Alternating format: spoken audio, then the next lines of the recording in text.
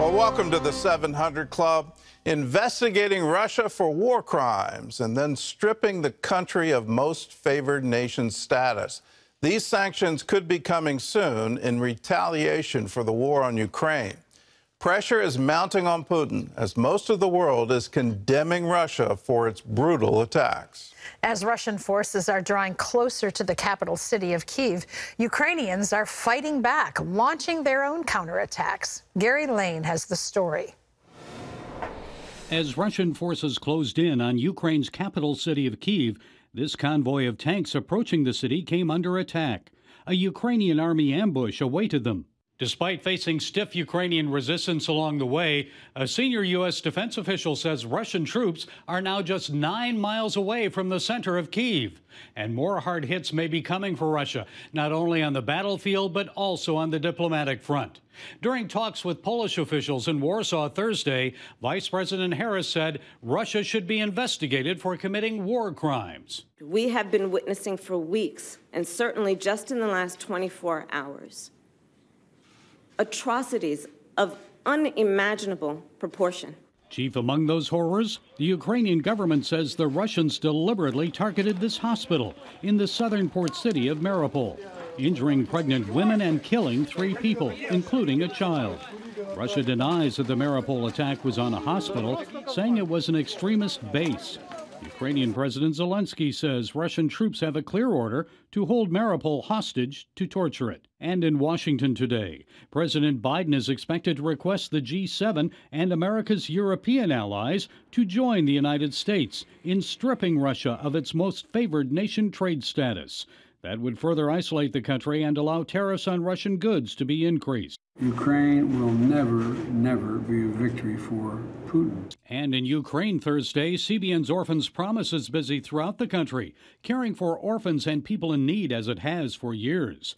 In the city of Lviv, CBN's George Thomas joined a team of workers as they prepared to travel on a dangerous journey to deliver humanitarian relief supplies to an OP center near Kyiv. This is a hub, this is a main point, and today hundreds of families are going through this Orphan Promise partner ministry there, and they're really helping folks. So we're going to be sending these supplies. I'll be traveling with this convoy to Zhytomyr this weekend, and we'll hopefully bring you that story Monday morning. As the fighting intensifies, another 60,000 fled Ukraine Thursday, passing through humanitarian corridors to the safety of neighboring nations like Poland. CBN's Operation Blessing is in that country, providing refugees with water, blankets, toiletry items, and other essential supplies. Food and hot meals are also being provided. Already more than 2.3 million people have escaped Ukraine and are now living as refugees. And with the devastation of the war getting worse, millions more are expected to flee for safety to Poland and other countries. Gary Lane, CBN News. Orphans Promise has been working in Ukraine for now over 20 years. If I can see that map, here's all the various places where you're helping, and you're helping people in need. George is going to be traveling with that van full of supplies to just one of these centers. We're trying to supply all of them, so all of them can be active in helping people in tremendous need. And the best news, if you're a member of the 700 Club, you're part of that relief effort. Operation Blessing has been on the ground in Poland helping refugees who are fleeing Ukraine. CBN Europe Regional Director Mark Dykens brings us this look at what Operation Blessing is doing.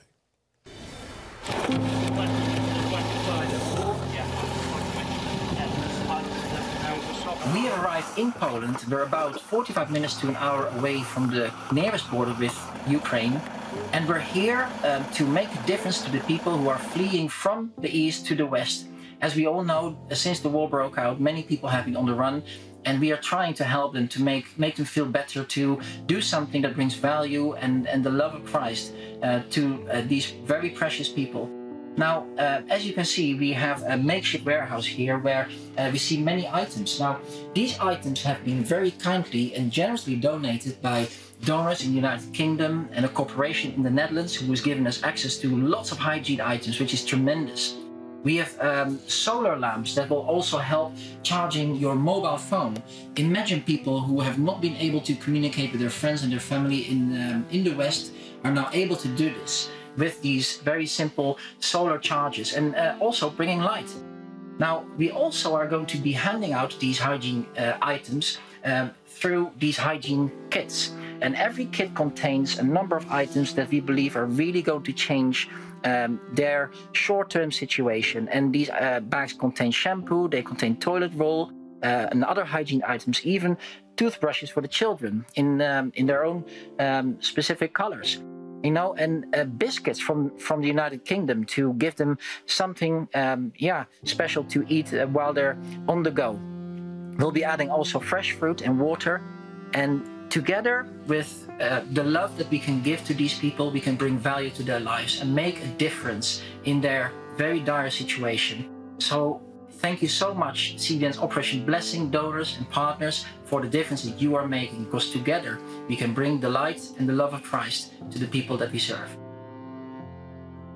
We're mobilizing all our resources, whether it's the UK office, the German office, CBN Europe. We want to be there to help, and you're a part of it if you're a member of the 700 Club.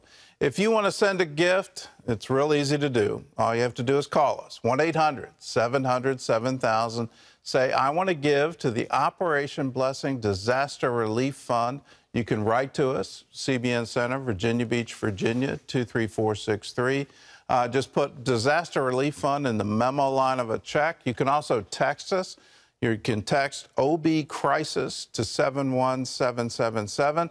You can also go to our website, cbn.com, or to ob.org. Either way, do it now. Be a part of the relief effort. The needs are huge. It's really incredible what's happening. People without food, without water, without housing, without anything, leaving their homes, leaving their families, the men staying behind to fight, and the women and children trying to get to safety. We want to be there for them and help them in their time of need. Well, Ukrainian Jews have also been fleeing from their country. Some of them have traveled to Israel. Around 300 of them landed in Tel Aviv last weekend. Chris Mitchell was there to greet one of the flights, and he brings us the story. Israeli Prime Minister Naftali Bennett and his wife welcomed around 100 Ukrainian Jewish orphans who arrived Sunday. The children, aged 2 to 18, are part of what's dubbed Operation Israeli Guarantee, a promise to help Jews fleeing the fighting. 2 more flights of Ukrainian Jews followed. This flight from Warsaw, Poland is carrying more than 100 immigrants. This is the first round of flights expected to bring thousands of new immigrants from Ukraine in the coming weeks and months. Efforts are ongoing in order to bring as many people as possible, to save lives, and to first get them out of harm's way, and then to take care of everything that needs to happen after that. Sam Grunberg of Israeli fundraiser Karen Hayesod feels a personal connection to the effort. As somebody who also made Aliyah myself, it's unbelievable to see what it means to be part of the Jewish nation after thousands of years, to see the solidarity, to see the unity at the darkest moments when we shine brightest, and that's really what we're seeing today.